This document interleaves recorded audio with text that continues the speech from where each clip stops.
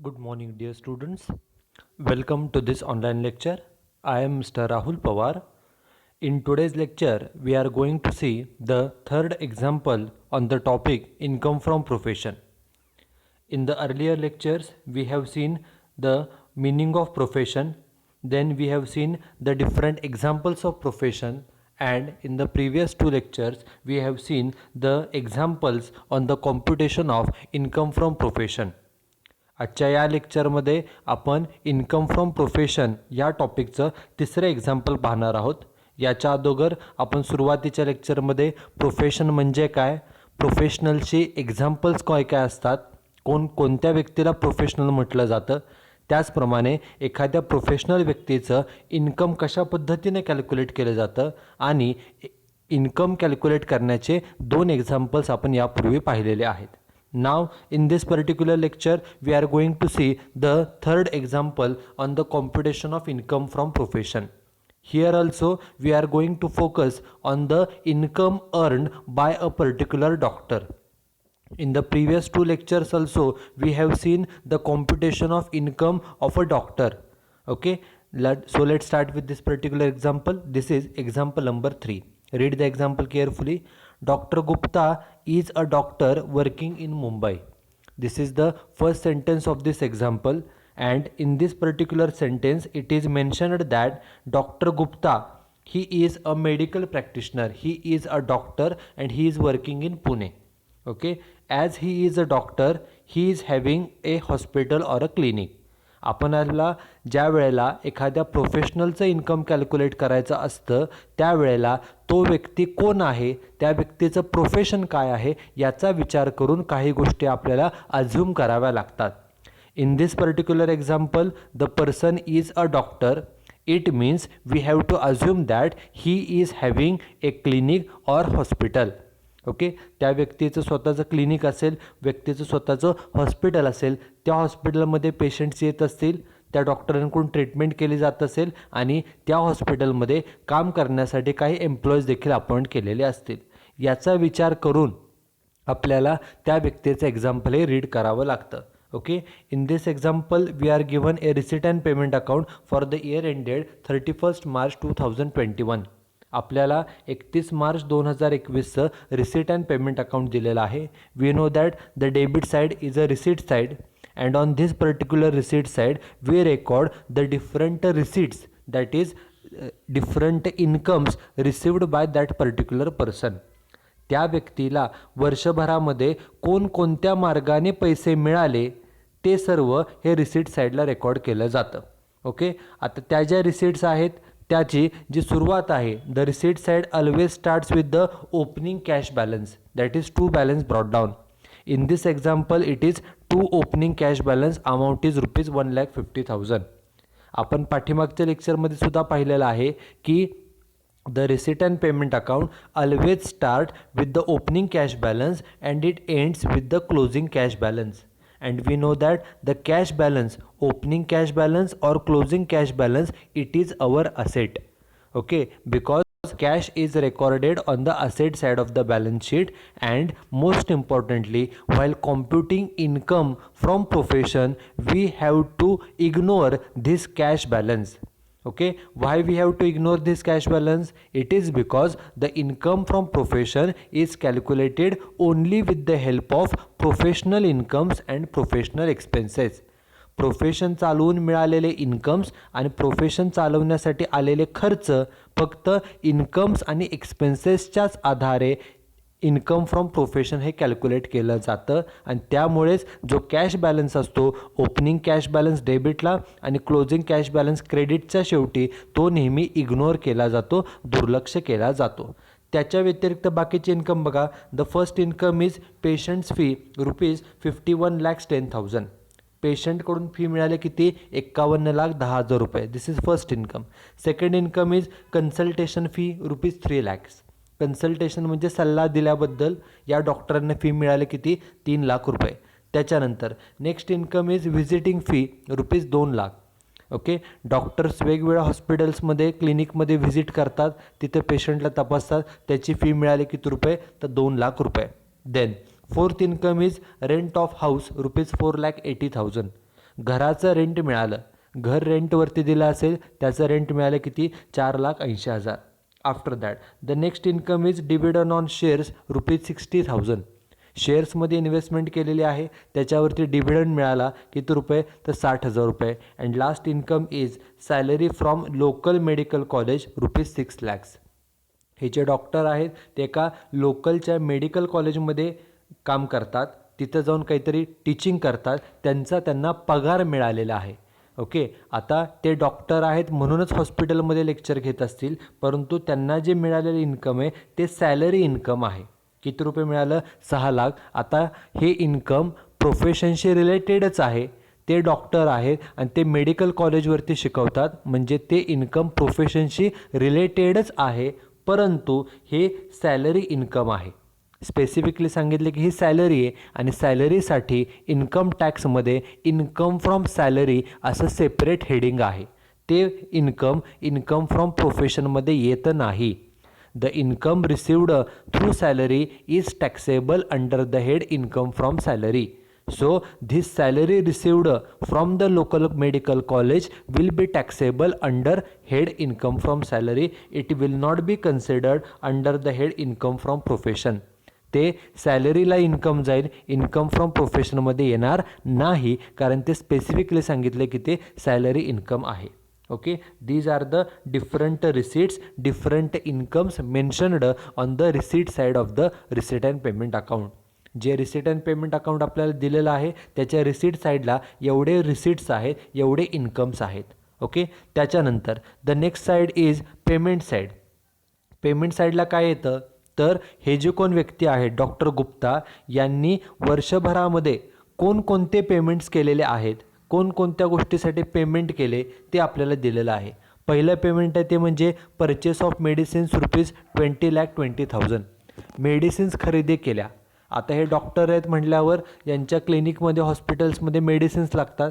Medicines खरेदी केल्या किती रुपयाच्या, 20,20,000च्या. Then second payment is for assistant salary ₹5,60,000. डॉक्टरांना मदत करण्यासाठी जे असिस्टंट असतात त्यांना सॅलरी पेड केली किती, 5,60,000. त्यानंतर next payment is nurse salary ₹6 lakhs. हॉस्पिटलमध्ये क्लिनिकमध्ये नर्स देखील असते, त्या नर्सला पगार दिला किती रुपये, तर 6 लाख रुपये. Then the fourth payment is hospital rent ₹4,80,000.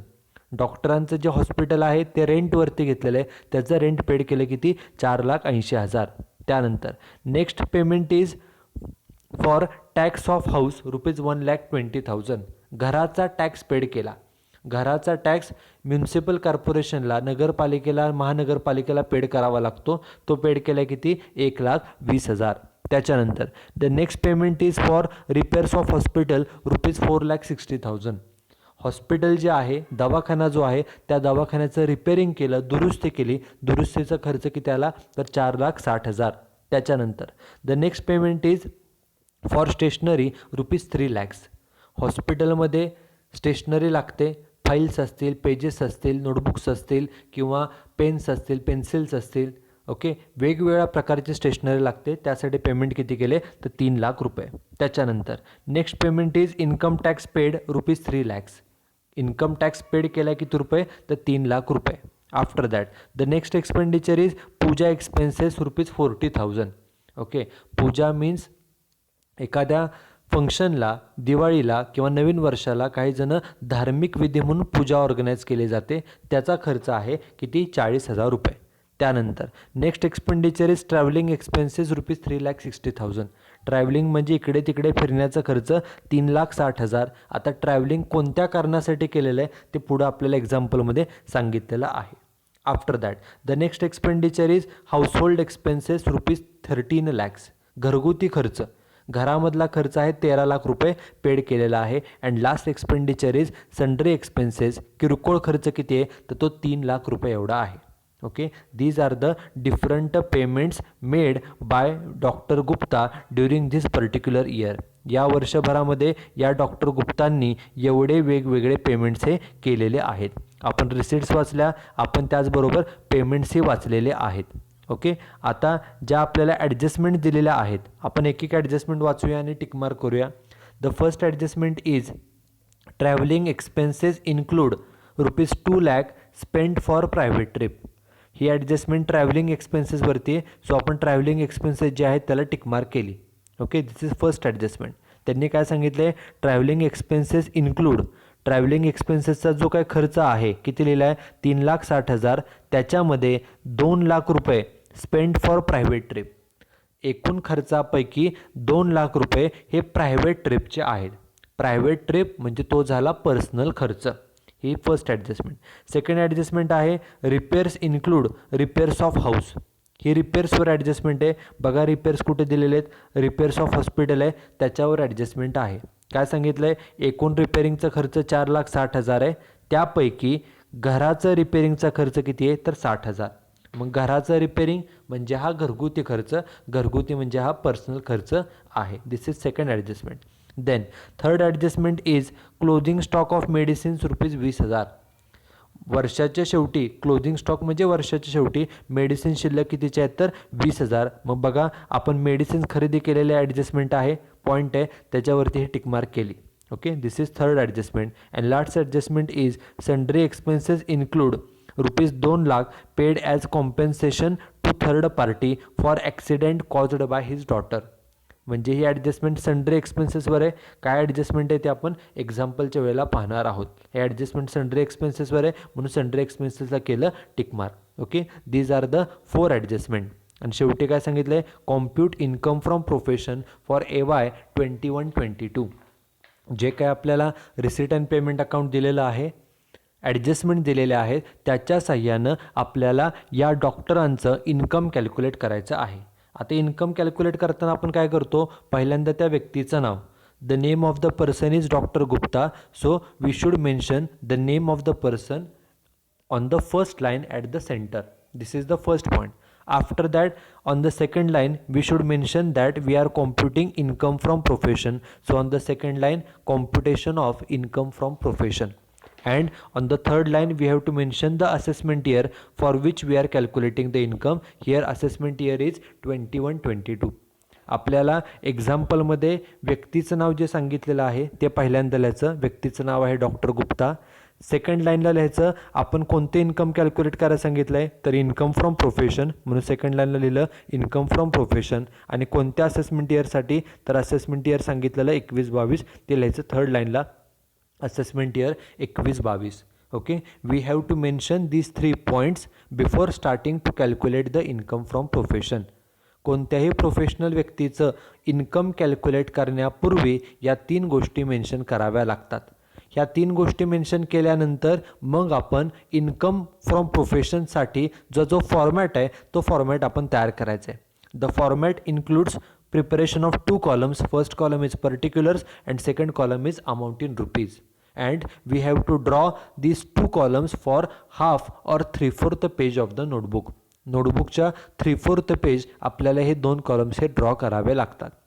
हे 2 कॉलम तयार केल्यानंतर मग आपण त्या प्रोफेशनल व्यक्तीचं इन्कम कॅल्क्युलेट करायला सुरू करू शकतो.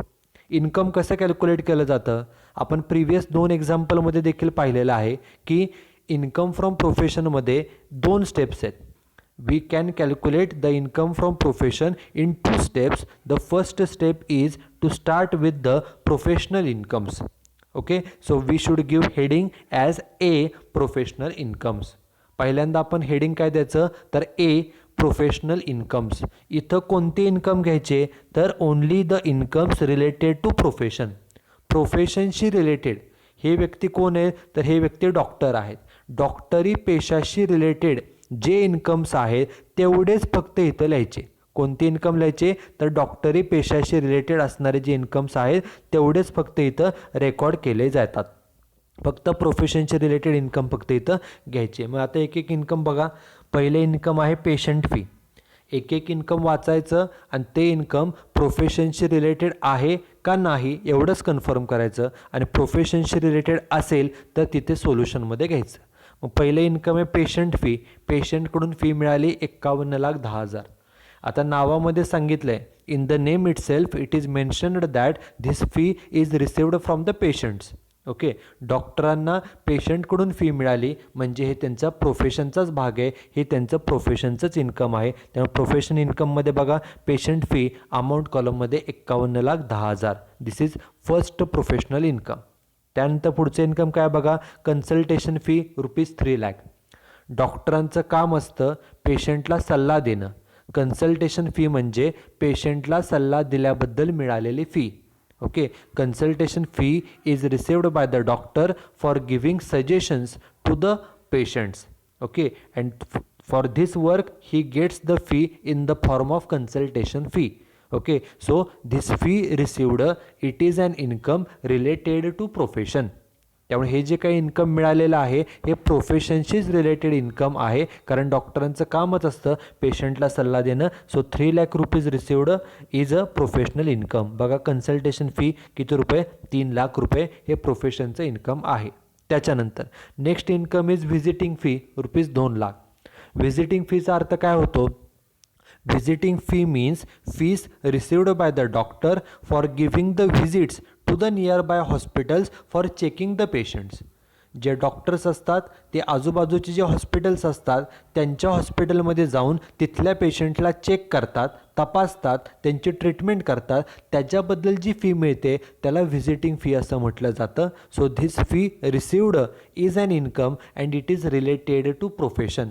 डॉक्टरांचं कामच आहे आजूबाजूच्या हॉस्पिटलमध्ये जाऊन ट्रीटमेंट करणं, त्यामुळे हे त्यांच्या प्रोफेशनचं इन्कम आहे. किती रुपये, तर 2,00,000 रुपये. त्यामुळे बघा प्रोफेशनल इन्कममध्ये व्हिजिटिंग फी किती रुपये, 2,00,000 रुपये. It is a professional income. त्याच्यानंतर पुढचं इन्कम आहे रेंट ऑफ हाऊस. घराचं रेंट मिळालं. आता नावामध्ये सांगितलं की हे इन्कम घराचं आहे, so it is a household income. हे घराचं इन्कम आहे, हे मेडिकल प्रोफेशनचं, दवाखान्याचं म्हणजेच डॉक्टरी पेशाचं इन्कम नाही. त्यामुळे हे प्रोफेशनचं इन्कम नाही, त्यामुळे ते घ्यायचं नाही. त्याच्यानंतर the next income is dividend on shares ₹60,000. शेअर्समध्ये गुंतवणूक केली असेल त्याच्यावरती डिव्हिडंड म्हणजे लाभांश मिळाला. म्हणजे जे पैसे मिळाले ते इन्व्हेस्टमेंटवरचं इन्कम आहे, ते काय दवाखाना चालवून मिळालेलं इन्कम नाही. Okay, this income is not related to doctor's profession, it is an income on the investment.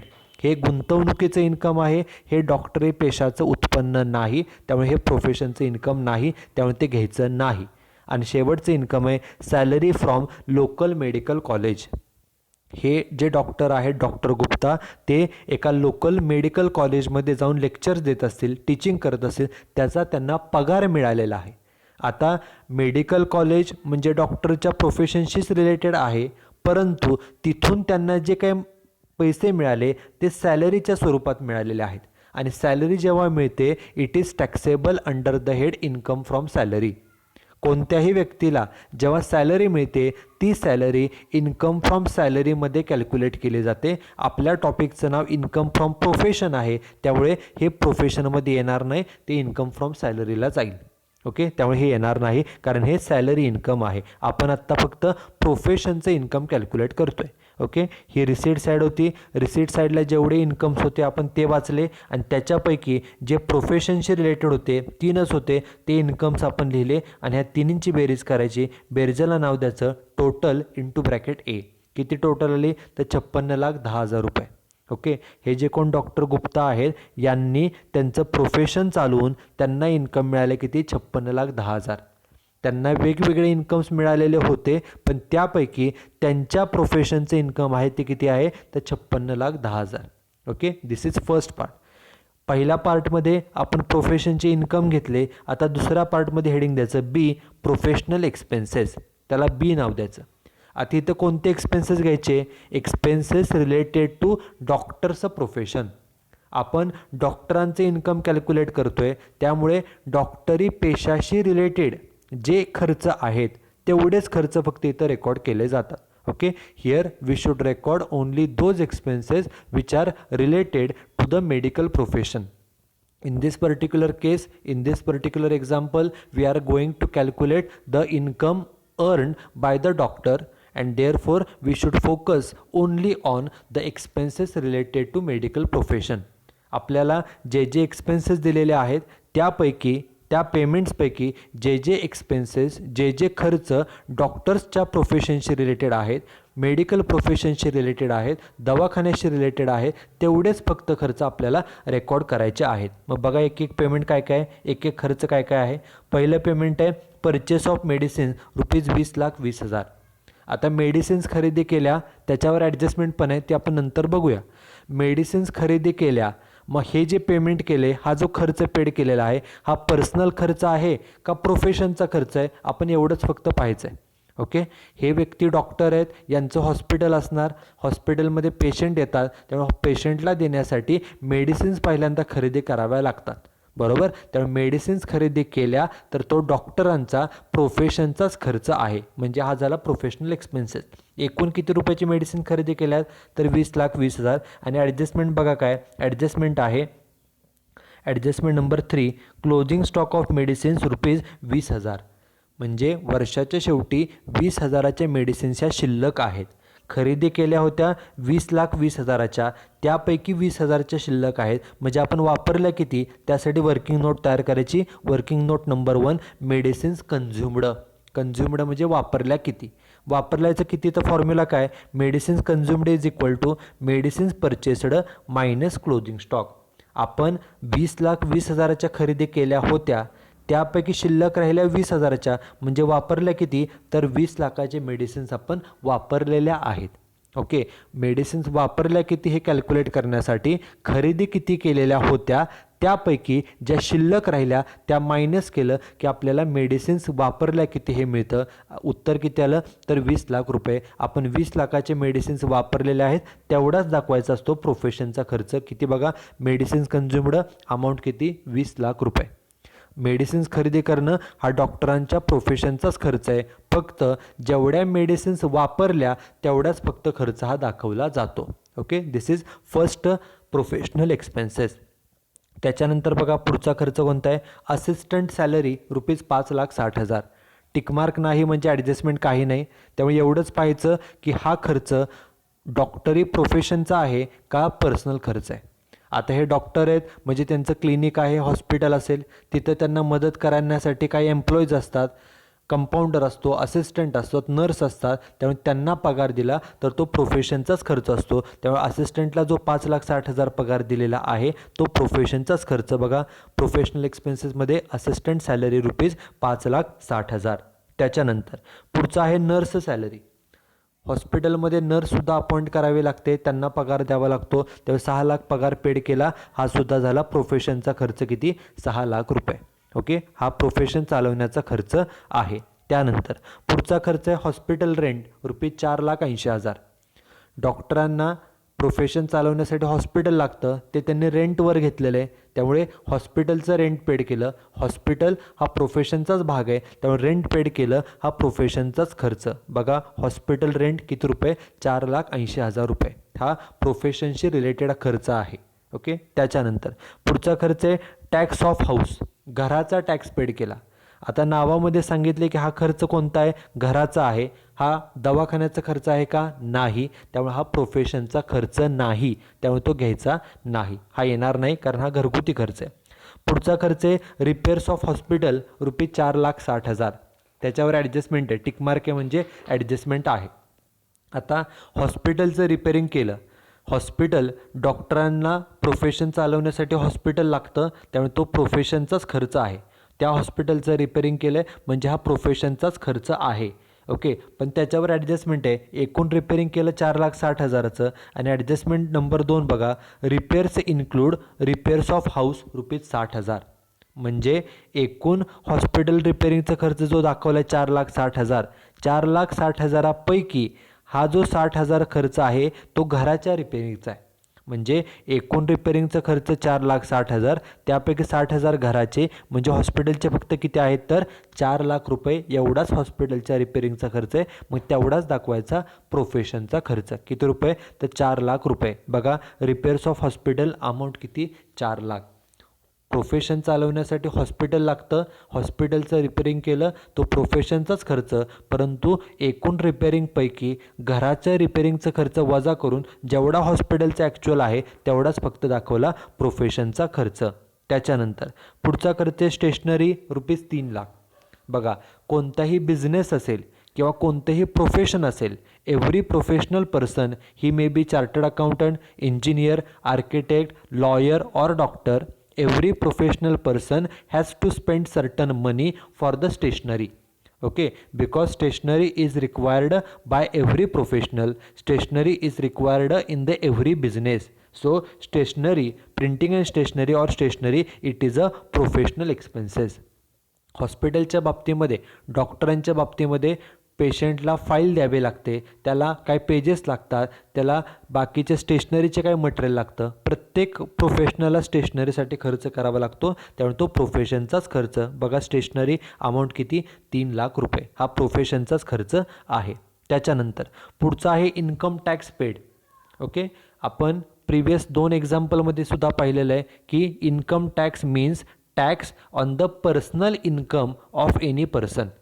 हा जो टॅक्स पेड केला जातो तो पर्सनल इन्कमचा टॅक्स असतो, त्यामुळे तो पर्सनल खर्च आहे. हा काही दवाखाना चालवण्याचा खर्च नाही, त्यामुळे हा प्रोफेशनचा खर्च नाही, त्यामुळे तो विचारामध्ये घ्यायचा नाही, तो पर्सनल खर्च आहे. त्याच्यानंतर पूजा एक्सपेन्सेस ₹40,000. आता काही जण एक आपल्या बिझनेसमध्ये किंवा आपल्या प्रोफेशनमध्ये ठराविक दिवशी, मग ते दिवाळी फेस्टिवलला असेल, नवीन वर्षाच्या सुरुवातीला असेल किंवा एखाद्या तारखेला असेल, बिझनेस किंवा प्रोफेशनमध्ये एखादी धार्मिक विधी ऑर्गनाईज केली जाते, त्याला पूजा असं म्हटलं जातं. प्रत्येक घरामध्ये अशा पद्धतीनं पूजा केली जाते. आता पूजा करणं हा आपला त्या व्यक्तीचा वैयक्तिक प्रश्न आहे. दवाखाना चालवण्यासाठी काय हा खर्च करावा लागत नाही, तो त्या व्यक्तीचा प्रश्न आहे, व्यक्तीची इच्छा. म्हणून तो व्यक्ती स्वतःच्या बिझनेसमध्ये किंवा प्रोफेशनमध्ये एखादा धार्मिक विधी, पूजा असा ऑर्गनाईज करतो, त्यामुळे हा त्या व्यक्तीचा पर्सनल प्रश्न आहे, त्यामुळे तो त्या व्यक्तीचा पर्सनल खर्च मानला जातो. जरी ती पूजा, जरी तो धार्मिक विधी हा त्या प्रोफेशन, त्या दवाखान्यामध्ये केला असेल, त्या ऑफिसमध्ये जरी केला असेल, तरी धार्मिक विधी करणं, पूजा करणं हा त्या व्यक्तीचा वैयक्तिक प्रश्न आहे, त्यामुळे तो वैयक्तिक खर्च आहे, हा पूर्णपणे हा पर्सनल खर्च आहे, हा काय प्रोफेशनचा खर्च नाही, हा पूर्णपणे पर्सनल खर्च आहे, त्यामुळे तो घ्यायचा नाही. त्याच्यानंतर पुढचा खर्च ट्रॅव्हलिंग एक्सपेन्सेस ₹3,60,000. त्याच्यावर पण ॲडजस्टमेंट आहे. डॉक्टरांना किंवा चार्टर्ड अकाउंटंट्सना किंवा वकिलांना प्रोफेशन चालवण्यासाठी एका ठिकाणावरून दुसऱ्या ठिकाणी ट्रॅव्हलिंग करावं लागतं, त्यामुळे ट्रॅव्हलिंग एक्सपेन्सेस हा प्रोफेशनचा खर्च आहे. एकूण खर्च आहे 3,60,000 आणि त्याच्यावर ॲडजस्टमेंट काय बघा, travelling expenses include ₹2,00,000 spent for private trip. म्हणजे त्यांनी असं सांगितलं आहे की एकूण जो काही ट्रॅव्हलिंगचा खर्च आहे, किती एकूण ट्रॅव्हलिंगचा खर्च, 3,60,000. 3,60,000पैकी पर्सनल प्रायव्हेट ट्रिपचा किती खर्च सांगितला आहे, तर 2,00,000. म्हणजे 3,60,000पैकी 2,00,000 झाले प्रायव्हेट पर्सनल, राहिला खर्च किती, फक्त 1,60,000. तेवढाच खर्च असणार आहे प्रोफेशनचा. ट्रॅव्हलिंग एक्सपेन्सेस हा प्रोफेशनचाच खर्च आहे, फक्त एकूण खर्च सांगितला आहे 3,60,000 आणि ॲडजस्टमेंटमध्ये सांगितलं की त्यापैकी 2,00,000 हे पर्सनल ट्रिपचे, ते वजा केले, मग राहिलेले किती, 1,60,000. तेवढाच फक्त प्रोफेशनचा. बघा ट्रॅव्हलिंग एक्सपेन्सेस किती राहिले, फक्त 1,60,000. तेवढाच फक्त हा प्रोफेशनचा खर्च आहे. ओके, ट्रॅव्हलिंग एक्सपेन्सेस झाले. त्याच्यानंतर पुढचा आहे हाऊसहोल्ड एक्सपेन्सेस, 13,00,000 रुपये. नावामध्ये सांगितले की हा खर्च घरगुती आहे, हा काही दवाखान्याचा खर्च नाही, हा पर्सनल खर्च आहे, त्यामुळे तो घ्यायचा नाही. आपण फक्त प्रोफेशनशी रिलेटेड जेवढे खर्च असतील तेवढेच फक्त खर्च हे घ्यायचे आहेत. हा घरगुती आहे, तेव्हा हा खर्च घ्यायचा नाही. आणि शेवटचा खर्च आहे सन्ड्री एक्सपेन्सेस, किती रुपये, 3,00,000. त्याच्यावर देखील टिकमार्क आहे, म्हणजे ॲडजस्टमेंट आहे. सन्ड्री एक्सपेन्सेस म्हणजे काय, तर किरकोळ खर्च, जे छोटे मोठे खर्च असतात त्याला सन्ड्री एक्सपेन्सेस किंवा मिसलेनियस एक्सपेन्सेस किंवा जनरल एक्सपेन्सेस असं म्हटलं जातं. आणि हा प्रत्येक बिझनेसमध्ये, प्रत्येक प्रोफेशनमध्ये असे छोटे मोठे खर्च असतात, त्यामुळे हा देखील प्रोफेशनचाच खर्च आहे. एकूण खर्च किती आहे, 3,00,000. आणि त्याच्यावर ॲडजस्टमेंट आहे बघा, ॲडजस्टमेंट नंबर 4, शेवटची ॲडजस्टमेंट काय सांगितले, सन्ड्री एक्सपेन्सेस इन्क्लूड. हा जो सन्ड्री एक्सपेन्सेसचा 3,00,000 खर्च आहे, त्याच्यामध्ये ₹2,00,000 पेड ॲज कॉम्पेन्सेशन. त्या 3,00,000मध्ये एकूण खर्चामध्ये 2,00,000 कशाचे आहेत, पेड ॲज कॉम्पेन्सेशन, नुकसान भरपाई आपण 2,00,000 पेड केले. कुणाला, टू द थर्ड पार्टी, एका थर्ड पार्टीला, व्यक्तीला कॉम्पेन्सेशन दिलं. कशासाठी कॉम्पेन्सेशन दिलं, for the accident caused by his daughter. म्हणजे हे जे कोण डॉक्टर गुप्ता आहेत यांच्या डॉक्टरकडून मुलीकडून एक ॲक्सिडेंट झाला आणि ॲक्सिडेंट झाला म्हणून नुकसान भरपाई म्हणून 2 लाख रुपये कॉम्पेन्सेशन दिलेलं आहे आणि ते 2 लाख रुपये ह्या 3 लाख सन्ड्री एक्सपेन्सेसमध्ये इन्क्लूड केले. मग आता सांगा, आपल्यामुळे किंवा आपल्या घरातल्या व्यक्तींमुळे एखादा ॲक्सिडेंट झाला आणि त्यासाठी नुकसान भरपाई द्यावी लागली, तर हा दवाखान्याचा खर्च आहे का पर्सनल खर्च आहे? तर ऑब्व्हियसली आपल्या चुकीमुळे ॲक्सिडेंट झाला आहे, आपल्या घरच्यांच्या चुकीमुळे झाला आहे, त्यामुळे नुकसान भरपाई जी द्यावी लागली 2 लाख रुपये हा पर्सनल खर्च आहे. हा काही दवाखाना चालवण्याचा मेडिकल प्रोफेशनचा खर्च नाही. बरोबर. त्यामुळे एकूण सन्ड्री एक्सपेन्सेस आहेत 3 लाख. 3 लाखापैकी 2 लाख रुपये हा जो काही कॉम्पेन्सेशन पेड केले ते पर्सनल खर्च आहे. उरलेला फक्त जो 1 लाख आहे तेवढाच फक्त दाखवायचा प्रोफेशनचा खर्च.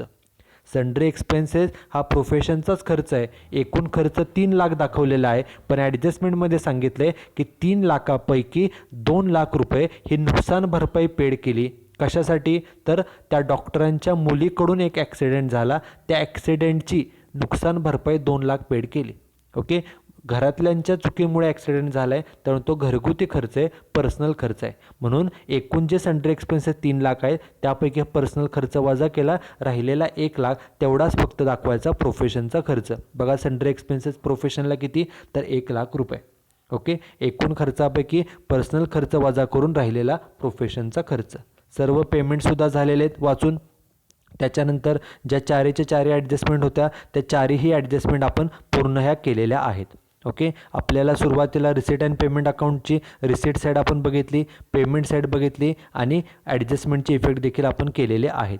बघा, आता ज्या सर्व एक्सपेन्सेस होते त्यापैकी जे प्रोफेशनशी रिलेटेड खर्च होते ते आपण सर्व घेतले.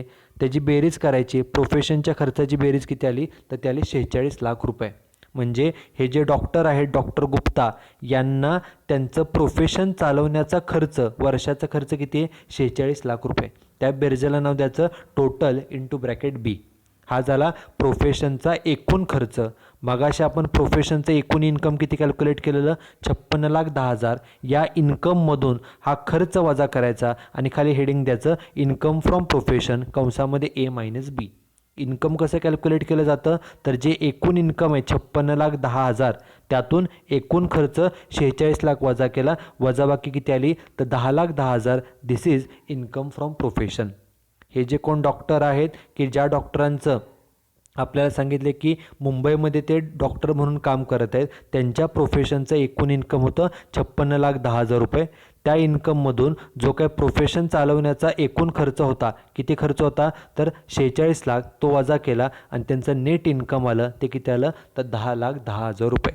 त्यामुळे इन्कम टॅक्सच्या दृष्टीनं या डॉक्टरांचं प्रोफेशनचं इन्कम आहे 10,10,000. Okay. So this is how we can calculate the income of a particular doctor. एखाद्या डॉक्टरांचं जर आपल्याला एक्झाम्पल दिलं असेल तर अशा पद्धतीने आपण त्या व्यक्तीचं इन्कम हे कॅल्क्युलेट करू शकतो. Okay. So this is example number 3 on this particular topic. You should write down this example and solution in your notebook. In the next lecture we will see another example on this particular topic. Okay. So that's it for this lecture. Thank you very much.